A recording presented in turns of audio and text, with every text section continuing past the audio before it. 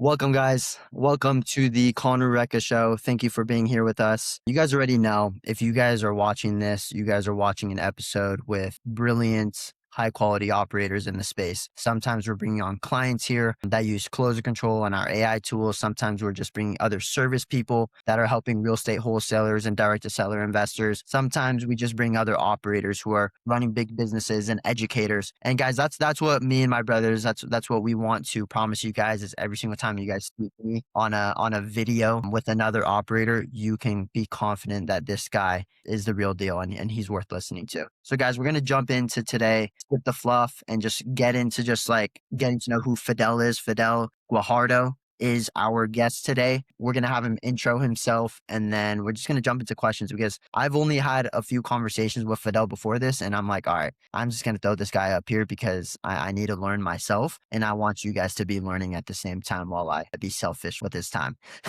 But Fidel, you are in a unique position because you actually run a real estate acquisitions and dispo business, but also you share your knowledge and experience through an education standpoint. So before I ask my first question, please introduce yourself and tell the listeners who they'll be learning from today. Cool. Well, thanks for the intro, Connor. My name is Fidel. I live in South Texas. Been wholesaling for the last 5 years. I probably paid every coach and mentor over the sun over the last couple of years. So we do run our own wholesaling business, but a lot of the things that I have shifted within my business in the wholesaling space is how much is the net, right? Because a lot of people get into the revenue and all of that. So everything that we do today is, okay, what is the net and how can we simplify the business the best way where we focus on, okay, how do we get high quality leads? How do we do the sales process? And how do we reverse engineer the business for it to spit out the profits that we actually want? So that's my whole focus when it comes to my wholesaling business. And then on the education side, we want to convey like all the lessons that I've learned from all the coaches, making mistakes, losing a ton of money on flips, and then just simplifying the business for wholesalers and helping them scale the right way with inbound and our systems. And that's pretty much like all we do, man. I know what net is, but for those who don't know what like net means, what does that mean for you? Yeah, so we basically help wholesalers adopt their own inbound marketing channel instead of relying on an agency or a pay-per-lead company or have to do the traditional outbound methods like cold calling or SMS blasting. Because if you learn how to run your own ads, the big misconception is that people think that it takes a long time to learn, but all you need is like 1 to 2 hours a week. And it is the best use of your time because the better that you get at this, the cheaper that your cost per lead is going to be. You have way more input when it comes to the quality that you're looking for.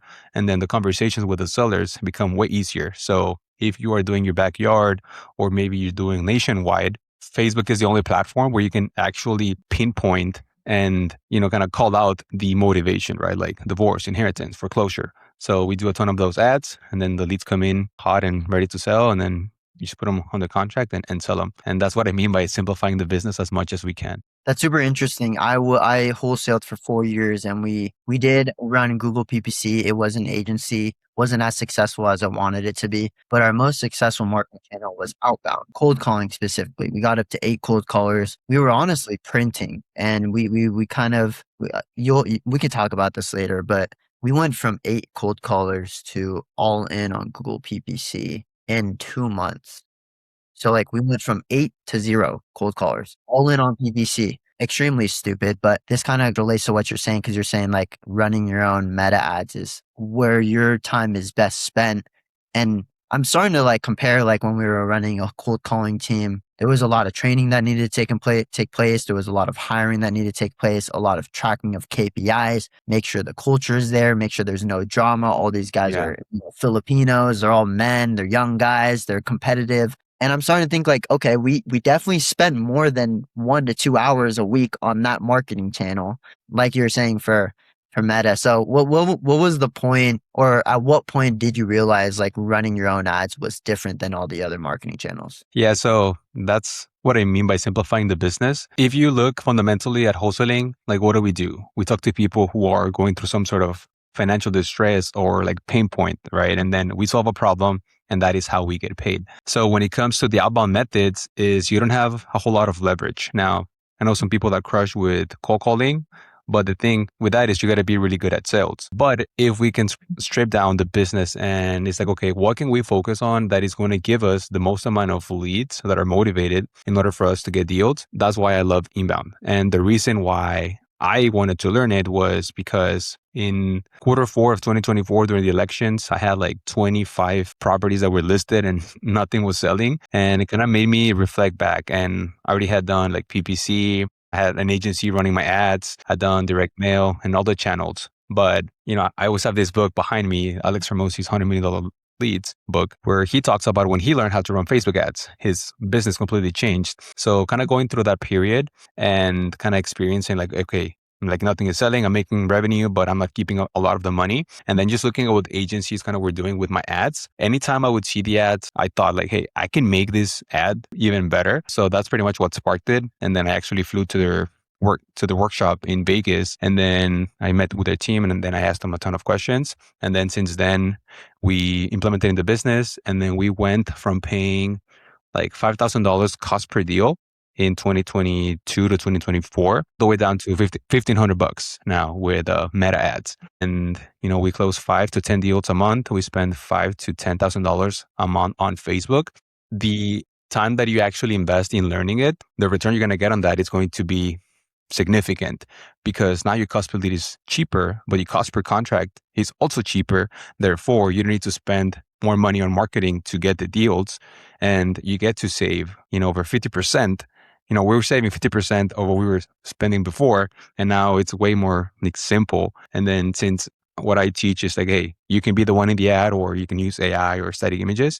But if you are doing your backyard and it's you in the ad, the sellers trust you way more. Like you have way more proof. And then the way that we position the ads is we are calling up those pain points. But then the way that our ads are kind of served to the people, we educate them into like who we are, who we have helped, right? Like a ton of testimonials. So by the time that my team reaches out, they know exactly who we are, what to expect, common objections, where if there's like another wholesaler, it's like, oh, it's like a nobody because we have so much social proof. And that's why I'm a huge proponent for people who are doing marketing to adopt this because it takes 1 to 2 hours a week. And once you learn it, like I said, the results are going to be significant better than what you're doing right now. So your program, you don't just run, do you run the ads for your for your teams, or are you actually coaching them to like, this is what you're going to do. This is implementation. This is the type of video, execute. Yeah. Yeah. So it's done with you. So you still get kind of like agency sort of like service, but you're actually learning the skill. So the whole thing for me is like, after implementing this in my business completely changed, for the better, or else I probably would have quit real estate altogether. So I can relate to a lot of my fellow wholesalers where they get stuck in the idea that getting a 3 to 4x return is okay, but we work way too hard not to net more money, right? So since it changed my business, I want to help the other wholesalers implement the same thing and have the same feeling and enjoy the business where you can travel and do all the things. And then you put the hours, maybe 4 or 5 hours a week when it comes to training the team. It depends if you have a team or not. But I want them to enjoy the business where, hey, you can actually net more money by focusing on marketing and sales. That is kind of like my whole goal, for them to actually learn their skills, not just like the marketing, but how to track the numbers, how to do the sales process and have tangible weekly goals that we need to measure and track. Therefore, if something is off, we know exactly what is going on and how to fix it. So that's kind of the whole goal with the program. So we have one where we teach on just like Facebook side, on the Facebook side. And then if they want to scale to $50,000, $100,000 per month by keeping as much net as possible, we have one-on-one. It's with me. We build a plan, sales process, dispo, marketing, everything. That is so cool. So you're saying that someone who's like running their own ads, they probably need to spend maybe 1 to 2, maybe a few more hours per week on it. Are you saying that that's what agencies do for their clients? They're only spending that same amount of time, or spending more or less? I don't know exactly what they're doing, but I do know a lot of agencies will have a media buyer that's in charge of the client's accounts. And I'm not saying you're going to get bad results, but I think that with an agency, you can get a 6 to 7 out of 10 experience because no one's going to care as much as you will. And when you know exactly like what is going on, how's the lead quality, the cost per lead, what you need to change, what you need to, kind of do. Therefore, like the results that you get on you getting the context and the knowledge is going to be significant better. I don't know how agencies run it, but it's not as complex as people make it seem. And I feel like a lot of PPP providers and agencies, they have been lying to us as wholesalers where they don't think we're smart enough to learn it. But to give my fellow wholesalers grace, they're smarter than they think, and they can learn anything in 3 to 4 hours. Now, you won't become an expert unless you put in the time and learn it, but know that you can actually learn how to do this on your own. That's amazing. Wow, I really like that offer.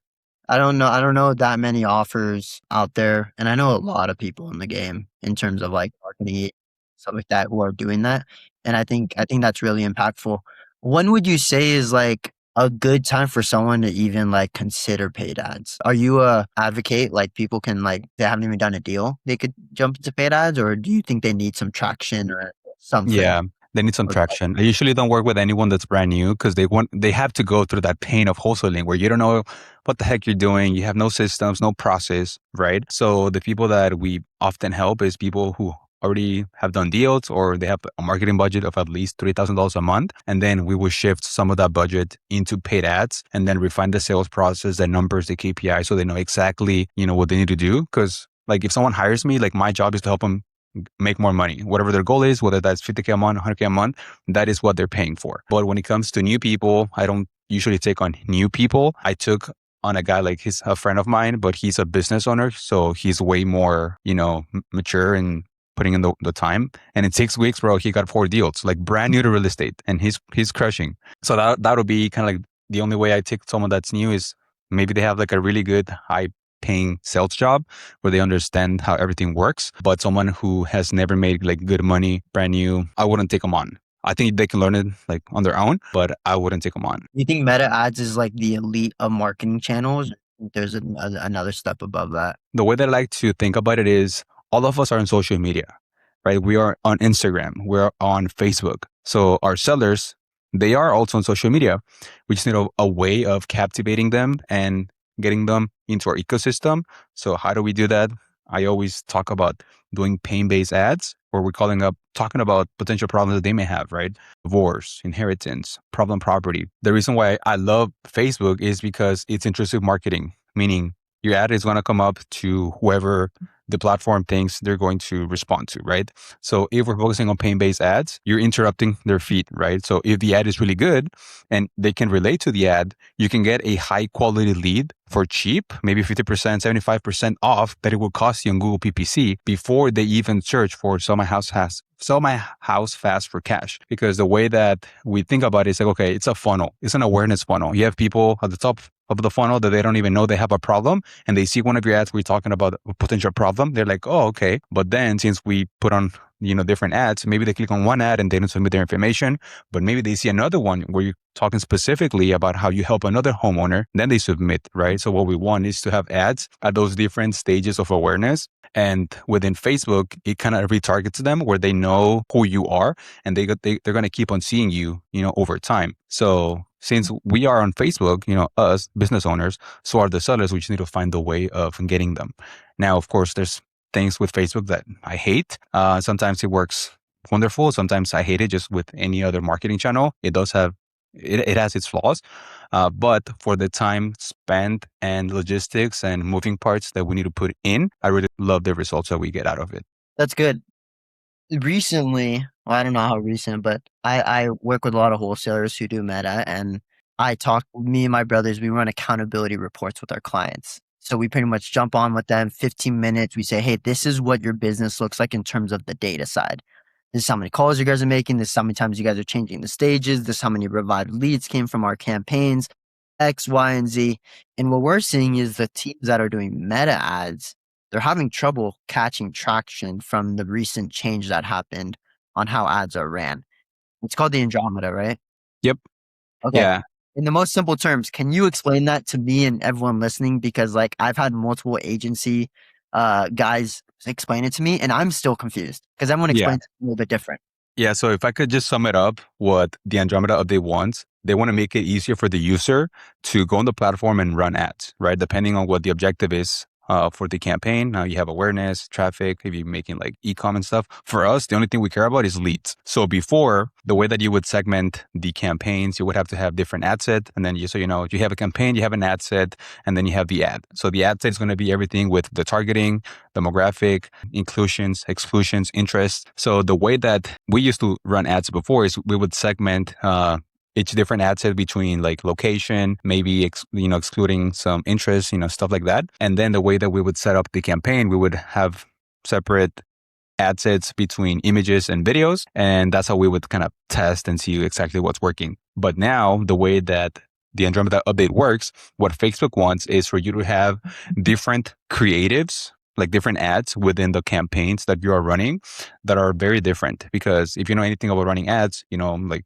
Hermosi talks about, okay, the hook and then the value and then the call to action, where before you could record like 10 different hooks, you have the same value and the same call to action, and then you can make like 10 different ad variations by changing the hook and value and, call to action. But basically what it wants is for you to compile like the different static image ads, video ads, founder ads all together within the campaign so that it knows exactly who to serve the ad to. So to sum it up, you just put in more creative juice, like different sort of ad angles all compiled together within the campaign. And Facebook's job, they have been collecting our data for the last 20 years. Their job is for us to be happy so that we keep on spending money with them. So in essence, they're trying to make it easier where we're letting the ad do the work, but they want different angles within the ads so they can serve it up to the people and the audience that they're most likely to respond to that ad. Does that make sense? Yeah, and that's what you're coaching, right? Okay. So if someone was running ads all of 2025 and they didn't even hear about it, or maybe they did hear about the Andromeda update, but they just kept their ads on because like, no, it's working. What do they need to do? Well, what are one or a few changes that they need to do with their current ad set? Yeah. You don't got to say it all, but just like, what are some prominent? The number one thing why I think people don't get good results on Facebook is because they're running the most generic sell your house fast for cash that everyone has seen. So just an image, like you're not creating any like urgency or, you're not authentic. You have no brand building or anything. So that's why I was saying in the beginning, we focus on pain-based ads. That is a whole angle of our campaign, attracting people who are going through some sort of, like motivation. So that is step number one. And step number two, you can make data-driven decisions. How you guys do with your, CRM, everything is data-driven. So if you have already been running ads, the number one thing that we are going to do with a client, our main job is when we first help someone launch their ads, is for us to find out exactly what is the campaign structure and angles that are going to work best for that client's account. Because there can be two people in the same market and run the same ads, but the structure of the campaign can be different from one person to another. That's one of the things that I hate about Meta. Like it's not a cut through thing that you need to do A to C. We have kind of the best use cases or experience of how we run these. So we kind of take our learnings from how we have been doing in the past as our North Star. But all that to say is you can look into your ad account, see what are the ads that are working best. And then you can do the breakdown into, okay, how many leads you've gotten from this ad, which of the ad copies that you are using is giving the most clicks and submissions. The same thing with the headline. And then what we want is to find out, okay, which of the ads has given us the best amount of leads, which ad copy and which headline. So now, like once we find exactly what those angles and ads are, all we need to do is make more of those, right? And maybe in a different setting, maybe in a different video format, maybe in like a testimonial. So you want to be able to look back and see what's working, what worked, what's not working, and then cut the stuff that doesn't work and do more of the stuff that actually works. And how are you supposed to make a seller actually feel when they see your ad? Are you trying to make them feel an emotion or any type of way? Or are you just trying to be very clear, or you trying to solve a problem while they're reading this? You want to uncover the problem. And then what I tell everyone is you don't want the ad to look or feel like an ad. What I tell everyone is you want to be your local trusted home buyer advisor that's going to help you. So with all the ads, we'll do like selfie style videos, walking maybe in a property or in a neighborhood. But what we want is focus on the pain. Maybe they're going through divorce, foreclosure, maybe you inherit a property, you don't know what to do. Who you are, how do you help them? Think of Hermosa's value equation. What is the dream outcome? What is the perceived likelihood of achievement minus less time delayed and effort and sacrifice? So that is kind of like what we say when it comes to the value. So you have the hook, call out, value and call to action. So what you want within the ad is for it not to, feel like an ad. But as long as you focus, okay, who's this for? What is the hook, the value and the call to action? Those tend to work really well on videos. Okay. Guys, look how much value I'm pulling out of Fidel. I'm asking too much. But guys, take notes. And also we'll put Fidel's links in the chat so you can follow him and learn more. But so I run a CRM company. We sell pretty much automations, AI, external AI tools and applications to direct seller wholesalers. And what we've seen starting January was everyone is trying to track their KPIs right now. Okay. I don't know what happened, but I think someone woke up and they said, oh my goodness, marketing is becoming so expensive. The budgets are only going up. I'm spending more money and getting less deals.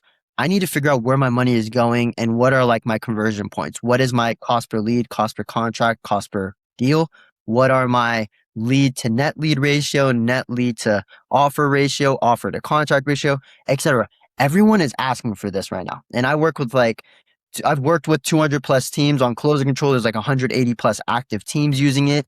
And dude, I'm telling you, like 15% reached out in the first 30 days of January. I don't have like an actual reason why, but I do want to jump into this in terms of like what's important to track. But what do you think is happening? Why do you think everyone wants to track KPIs now? I love that question. And then to give you a story, it took me 2.5 years to track my damn KPIs. But to answer your question, if you don't track your KPIs, you don't have a business. So something that I always say is like, you're hustling and you're not being a business owner. So what does a business owner actually do? They track their KPIs, they have a plan, they know exactly what to focus on. And the hustler just trying to chase deal after deal. And that was me in the beginning. You're like, hey, I'm too good to be tracking these numbers. I'm the rainmaker, I make the revenue. But to answer your question, I think what has happened is wholesaling and real estate has gotten harder. You see the way that the market is, the economy, the interest rates. So a lot of people get exposed, right? And the only way that you know where you're going is if you track what's working and not working. And you want to have a plan to know like what you need to do on a weekly basis and monthly basis, assuming you have the capital and the budget to go and chase after your goal. The main things that I take a look at is, okay, what is the gross lead? What is the net lead? What is the appointment? What is the appointment completed? And then offers and contract. And what we're seeing with Meta is probably like 50% of the leads that you get are going to be qualified and ready to sell. So the way that we qualify a lead is, are they urgent? And then is there some sort of motivation, right? If we have those two things, our qualified lead, and we want, so from those like 50%, of course, we want to give out an offer to at least 80% from those leads. And we want to be in one contract for every 3 to 4 offers that we give. If it's in person, 1 in 3, it's good. And then over the phone, 1 in 5 to 6 is okay. Anything above that, you're probably missing something within your sales process. Maybe you don't have a sales process. Maybe you are not setting the proper expectations. Maybe you are not uncovering potential influencers, roadblocks, discomfort, money. What is their future state, right? So a lot of the misconceptions that I had in the beginning, when it came to sales process, I would think like, hey, you either have it or you don't. But as you start learning about sales, you realize that you can follow a process, and then you get to know exactly what the seller psychology is. And you find out, like, as long as you ask the most amount of questions, that person tends to win. So a lot of people don't have a sales process, but just know that if you know what to ask, when to ask it, why, then you become way more dangerous. And you don't have to be like this salesy person. It's just like you're asking the right questions and framing your offer as a solution to the things that they're going. So the main things I track is going to be the net lead to appointment ratio and offer to contract. Yep, that's very accurate. So you named out some conversions. Is that industry benchmark for meta ads, or is that industry benchmark for all marketing channels? That is more so what I see on Meta. Gross lead to net lead, we're probably going to be at like 65%, maybe 10-15% will be out of area, or maybe a house you don't want, or like a junk lead. And then you're going to get a small percentage that are, they're just like curious and not ready to sell right now. And then the rest, they do want to sell. There's something going on. Maybe their timeline doesn't align with you. But that's why I say the most important thing is like, what is the angle that we're trying to convey here? But if we focus on the things that tell us that they're a motivated seller, and that is all kind of like what we do, then that's why we kind of get high quality leads for cheap. Now, my cost per lead on average is like $30. And we have clients in California, Arkansas, Boston, like everywhere across like 30 clients. The average cost per lead is $61 as of last Friday. And the average leads to contract ratio is 23 leads to a contract. Wow. Yep. Solid. Yeah. That is really solid. Okay. That's good. I mean, yeah. So it's so important to to run your KPIs, or at least know those conversion points. And I feel like it's sad because I feel like when I was in my first few years of business, I would lie about that. And I'm just curious how many wholesalers out there are actually lying about their KPIs. They think it's that. Maybe they're not lying, but like they're not taking the time to actually know the actual number, and they're kind of just estimating, hey, we're probably at this. Yeah. So to tell you a funny story, so one of my clients, his name's Eduardo. He is about to hit his first $100,000 month. We've been working together for like 4 or 5 months. And right now he has like, I don't know, 16 properties on the contract for this month, which is insane. So I was asking him like, hey, what do you think is the main thing that you changed? He's like, okay, number one, tracking my KPIs because I was not tracking it. Number two, really digging into the sales process, how you taught me, training the team, holding the weekly KPIs. And then three, I feel like you become a different version of yourself once you understand the game that you're playing. Because the reason why I think a lot of wholesalers don't track their KPIs is because they don't understand the game that they're playing, where every marketing channel can get reverse engineered somewhat, right? And then I'm not one of these gurus that's going to tell you like, hey, you can get into this with no money. No, you need money to make this business successful. Like it's a lot of expenses. But if you know that you need to spend 5K a month to make 30, 40K a month, I mean, now you have the expectation of what that would look like on the back end when it comes to leads, to appointments, to offers. And then to add more to that is sometimes you got to hate where you are in order for you to make a change. So if you have been trying to do it your way and you're not getting results, it's probably because you don't know what to do. So for me, the reason why I started tracking is like, hey, like I got tired of being in my position or not getting the results that I wanted. And that's what made me track my KPIs. And it took me 4 hours for like 3 years worth of data to track that. So you gotta be willing to kill your old self in order to kind of take it more serious. But yeah, it's super important for you to track that. I agree. Are you doing anything in terms of taking that data that you guys have, whatever conversion points, cost per whatever metric, are you bringing that to AI in any way to help you Uh, guys make decisions? we're not. So like my thing with AI is it's a very people driven business. Mhm. Because if we can fundamentally, whenever we're talking to homeowners, then selling their property may be the most important decision that they will make, right? And that's why like we need a lot of touch points, right? I think AI is great to like follow up, text messages, stuff like that. But when it comes to talking to an actual human, I think it's very important to for your team to kind of do that, right? Now, maybe in a few months, we'll have an AI that can call them and close them for you. But I don't think it's there just yet. I know I've been hearing about some stuff that is actually getting really good. Um, and when it comes to the AI and the conversions and kind of tracking it, all that, we do it manually. It takes like 3 minutes for us. So the way that we do is we have a weekly meeting on Monday. We go over last week's data, how many leads we got, how many appointments, how many offers, how many contracts, what do we have working? Is there anyone that rejected the offer that we can jump on and try to rescue a deal? And every day with my team, any appointment that my lead managers pass on in the morning meeting, we're going to go over what that looked like, what the last appointments looked like, what happened, what was the result, and then the closers give us a report on what happened with each of the appointments, so that we don't miss any leads, Yep. because appointment schedule to appointment completed is very important. And something that we were missing was the timeliness between that appointment was scheduled and actually completed. Because what we don't want is for the offers to kind of jump onto the following week. We want it to stay within that week. That way we track the numbers better. Um, but you won't know unless you track those things. I'm gonna add that in. So you're saying net lead to appointment first, and then appointment to attended appointments, attended Completed. appointment offers. Yep. Okay, that's good. Um, okay. I think, yeah. I had a different. My question was like a little bit different. You answered it Oh, differently, but I want to add into that.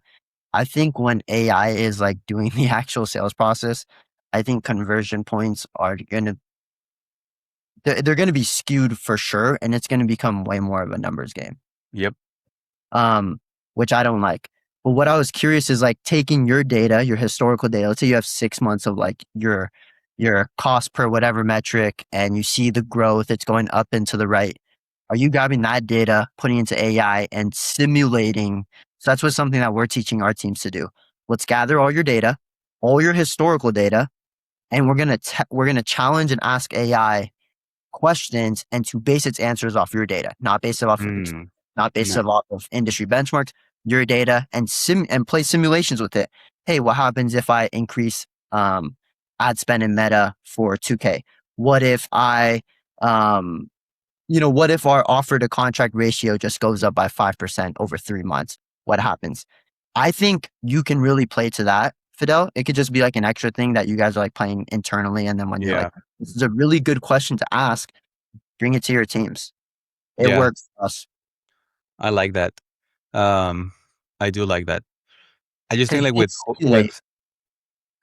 with wholesaling, the thing that I don't like as much is like there's things that you can't control, Yep. where, like one of the things that I see is like, you see those guys that go on skyscrapers and then they cross each building through like a line, and then they're like, kind of tumbling across. Yes. And, it's crazy. I feel like wholesaling, that's what it feels like, because you need to be very good at sales with appointments that you go on, right? And then you need to be very good at marketing, and then very good at dispo, and then your cash flow, managing your cash. So like you got to be really good at each of those areas. And I think that is the reason why there's only a handful and a small percentage of operators who actually scale to 100K a month and make Right. this successful, because most people find that it's way harder than they think, because you need to be good at all points of the sale. And then with real estate, you depend on a lot of outside factors, right? Like, the buyers, the agents, the title companies, the inspectors, appraisers, and you just got to be really good at multiple things. So I do like that model as far as projecting. And then if you can bring it together where you can have it in actionable, like daily things that you can take a look at and then compare it, like that way you actually have your hand in each of the different like not systems, but you know things that are required for you to keep on getting deals and making the revenue. I think that sounds good. That's interesting. You're so right. There's You can literally think you're gonna have an $80,000 month, and then one day you can drop it to 5K.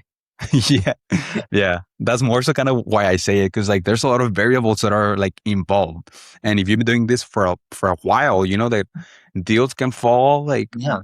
like you think you're gonna make 50K and freaking sellers change their mind, and now they're talking to an agent and now they don't want to sell, or maybe a lien came up with the title, or the buyer talked to the seller and they spooked them even though you told them like what you were doing. So there's like a lot of variables that we have to control, that are outside of our control, that have a direct input in how that actually comes back as revenue. So I think it's good is if you have it as a plan, but then you need to focus every day on making sure that each, like acquisition, dispo, numbers, team, Yeah, managing the team, training the team, like everything kind of like, kind of works together for both to be kind of like in tune. I agree. What a great conversation. What a great conversation. Thank you, Fidel. My last question for you. This is going to close us out, and I'm going to limit you. You can't say meta ads, and you can't say sales. No meta ads. No sales. If someone wants to get more deals right now with their current marketing channels, they have 3 months. What's one skill they need to acquire right now? Talking to people, knowing how to talk to people, because fundamentally, getting deals, it's not as hard as people make it seem. Now, you've kind of heard me kind of say this over and over again, but if people have a problem and we genuinely care and we one thing we can help them and we have the resources to help them, whoever cares the most for that person is going to get that deal. And what I tell all the clients is like now, when it comes to kind of going through the appointment, it has it has to be all about them because we have to earn the deal, right? And then if you care, you're gonna ask more questions. You're gonna ask follow-up questions. You're gonna ask what happens if that doesn't happen, right? You ask like what needs to happen in order for them to actually sell. Um, and then therefore, if you do everything right, it's going to put you closer to you solving a problem and getting a deal. So my answer would be learning how to talk to people and genuinely kind of caring for them so that they can help them kind of move forward. Because in the end, we are solving problems. That's what we get paid, our 15, 20, 30, 50, 100K deals. What's your So average? What's your average talk time in our terms? average talk time is like 32 minutes or so on the appointment call. Yeah. That's solid. That's I think something that we had to change within the sales team. Now, I think as you scale, managing the sales team or like hiring salespeople is one of the hardest things that you can do within the business because they tend to get in their own way and they Yep. start blaming the leads or they stop showing up how they are supposed to. So you got to be able to still hold them accountable and coach them, but you don't want to babysit. And you want people that can actually produce and kind of manage the team where they are getting the results. I don't know where I was going with this, but yeah, I feel like after you start getting your first couple deals and you start hiring, that's going to be kind of like the hardest part. Because if you have great people, you're gonna buy a lot of your time back and keep on getting the momentum and the results without you being the main bottleneck. Interesting. Cool. So you said 32 minutes average talk time on appointments. I assume it's less on any other call. Yeah, yeah, yeah. So we have the intro call where we qualify. That's like 5 to 8 minutes. The way we do it, the way that we do it that way is because we don't want the lead manager to build more rapport than the closer, and we want Right. to give the closer kind of like enough like hype up, so that they can build that rapport and talk about what has been going on and build a rapport with him, so that whenever they're negotiating, we can focus on kind of solving the problem. Excellent. Do you have anything else you want to share before we finalize this? Well, you can follow me on YouTube and Instagram. I post a lot of things there. And like if you want to learn it, send me a DM. But if you are using an agency or a pay per lead company, I think there's better ways. And then just try it out and see how it goes. Wonderful. Fidel, thank you so much. Guys, if you made it this far, thank you for spending time with us. If you got value from it, save it, like it, comment. This is going to be repurposed all over, so you're probably going to see it. Also, send it to a friend if you think they could get value it as well. Fidel, thank you so much. What a wonderful conversation. Hope I got all the questions that I needed to get out of you. And yes, guys, have a good night. God bless. Thank you. Take care.